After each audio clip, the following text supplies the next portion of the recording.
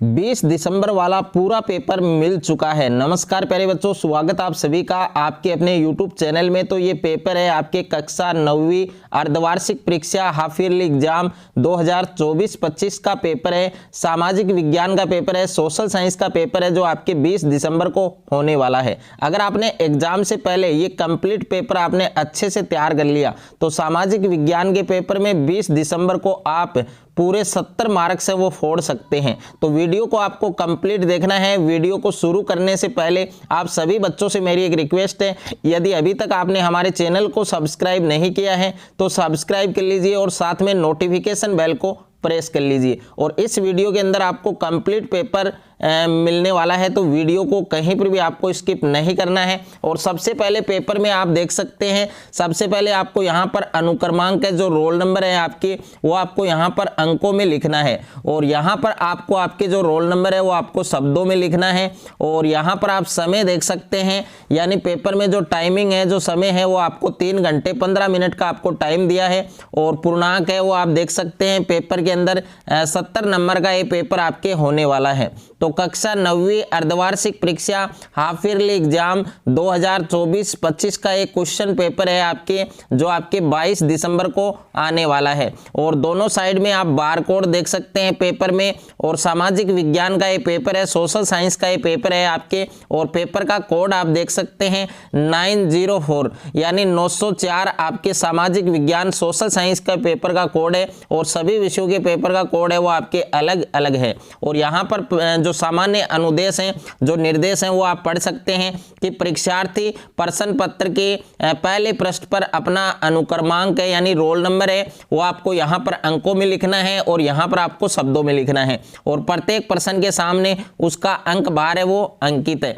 तो पूरा पेपर है प्यारे बच्चों, वो इस वीडियो के अंदर आपको देखने को मिलेगा। तो वीडियो को आपको कंप्लीट देखना है। तो प्यारे बच्चों, सबसे पहले पेपर में आपको सेक्शन ए दिया गया है, खंड ए आपको दिया गया है। और इसके अंदर आपके बहुविकल्पी प्रश्न आपको दे रखे हैं, यानी मल्टीपल चॉइस क्वेश्चन आपको दे रखे हैं। तो इसमें पहला क्वेश्चन आपको दे रखा है कि निम्न प्रश्नों के उत्तर का सही विकल्प चयन कर उत्तर पुस्तिका में लिखिए। तो इसमें पहला प्रश्न आपको दे रखा है कि फ्रांस की जो क्रांति है वो हुई थी, तो फ्रांस की क्रांति कब हुई थी? तो इसमें 4 ऑप्शन आपको दे रखे हैं। ए ऑप्शन के अंदर आपके 1789, बी ऑप्शन में 1787, और सी ऑप्शन में 1734, और डी ऑप्शन में आपके 1793। तो इसमें 4 विकल्प आपके दिए गए हैं, 4 ऑप्शन आपको दिए गए हैं। कौन सा ऑप्शन आपका करेक्ट होगा, सही होगा, वो आपको बताना है। सेकंड क्वेश्चन आपको दे रखा है कि रूस में क्रांति हुई, तो रूस में क्रांति है वो कब हुई थी?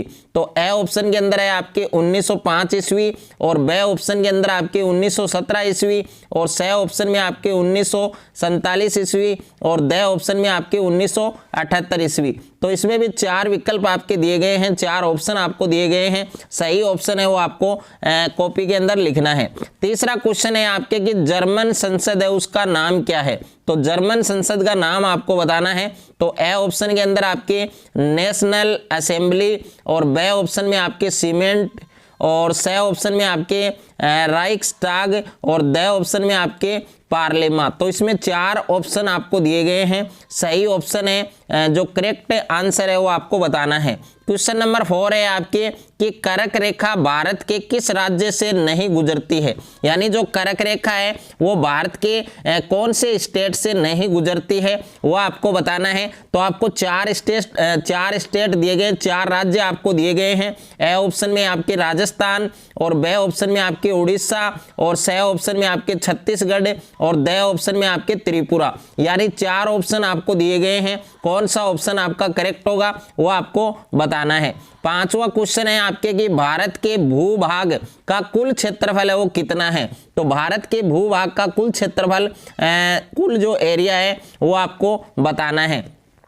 तो ए ऑप्शन के अंदर है आपके 26.8 लाख वर्ग किलोमीटर, बी ऑप्शन में आपके 32.8 लाख वर्ग किलोमीटर, और सी ऑप्शन में आपके 36.4 लाख वर्ग किलोमीटर, और डी ऑप्शन में आपके 37.4 लाख वर्ग किलोमीटर। उसके बाद में अगला क्वेश्चन आपको दे रखा है, क्वेश्चन नंबर 6 आप देख सकते हैं यहाँ पर कि जो एक स्थलीय भाग है वो एक स्थलीय भाग जो 3 ओर से समुद्र से घिरा हो वह क्या कहलाता है? तो ए ऑप्शन में आपके तट, और बे ऑप्शन में आपके प्रायद्वीप, और स ऑप्शन में आपके द्वीप, और द ऑप्शन है आपके इनमें से कोई नहीं। तो इस क्वेश्चन का भी आपको करेक्ट आंसर है वो बताना है। उसके बाद में नेक्स्ट है आपके क्वेश्चन नंबर 7 है कि नर्मदा नदी है उसका उद्गम कहाँ से है? तो नर्मदा नदी है उसका उद्गम कहाँ से है वो आपको लिखना है। तो ए ऑप्शन में आपके सतपुड़ा, बे ऑप्शन में आपके अमरकंटक, और स ऑप्शन में आपके ब्रह्मगिरी, और द ऑप्शन में आपके पश्चिमी घाट के ढाल। उसके बाद में अगला प्रश्न है आपके क्वेश्चन नंबर 8 है आपके कि भारत में मानसून का आगमन है वो निम्नलिखित में से कब होता है? तो भारत में मानसून का आगमन है वो निम्नलिखित में कब होता है? तो ए ऑप्शन है आपके मई के प्रारंभ में, और बे ऑप्शन है जून के प्रारंभ में, और स ऑप्शन है आपके जुलाई के प्रारंभ में, और द ऑप्शन है आपके अगस्त के प्रारंभ में।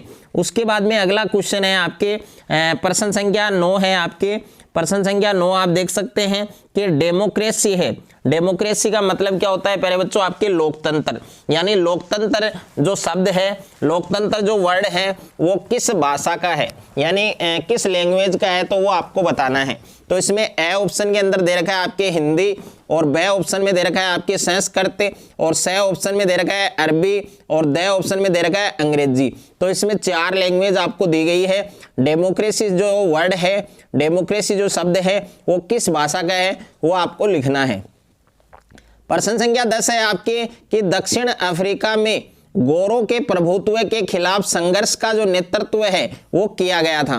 तो ए ऑप्शन है आपके नेल्सन मंडेला ने, और बे ऑप्शन है आपके महात्मा गांधी ने, और स ऑप्शन है आपके अबुल कलाम आजाद ने, और द ऑप्शन है आपके सोमनाथ लाहिड़ी ने।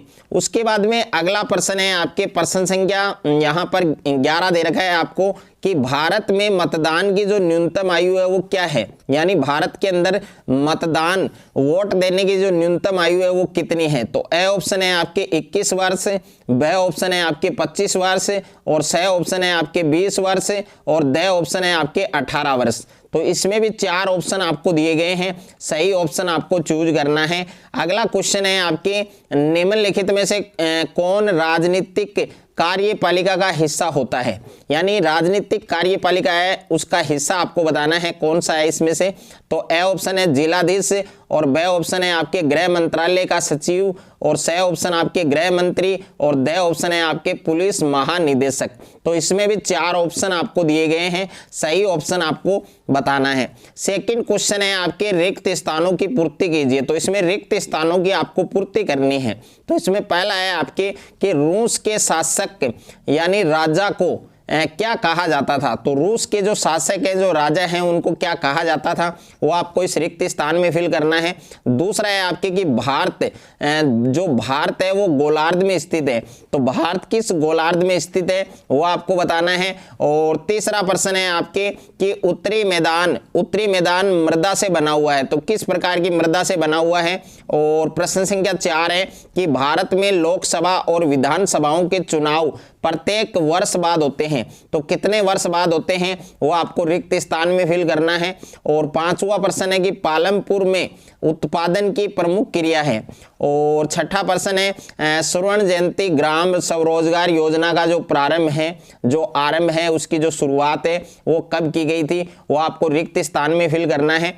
अगला क्वेश्चन है आपके प्रश्न संख्या 3 है अति लघुतरात्मक प्रश्नों के जो उत्तर है वो आपको एक पंक्ति में देने हैं, और प्रत्येक क्वेश्चन आपके 2 मार्क्स का है। तो यहाँ पर प्रश्न संख्या 1 है आपके कि फ्रांसीसी समाज कितने स्टेटस में बटा हुआ था। और दूसरा प्रश्न है टाइद क्या था, यानी टाइद के बारे में लिखना है। और तीसरा क्वेश्चन है कि द्वितीय विश्व युद्ध में मित्र राष्ट्रों के नाम लिखिए। तो जो द्वितीय युद्ध है उसमें मित्र राष्ट्र हैं उनके आपको नाम बताने हैं। और प्रश्न संख्या 4 है आपके कि नात्सी पार्टी का पूरा या वास्तविक नाम क्या था। तो जो नात्सी पार्टी थी उसका पूरा नाम या फिर वास्तविक नाम क्या था वो आपको लिखना है। 5वां प्रश्न है कि भारत की मानक याम्योत्तर रेखा किसे माना गया है। और प्रश्न संख्या 6 है आपके बाबर क्या है, यानी बाबर के बारे में आपको बताना है।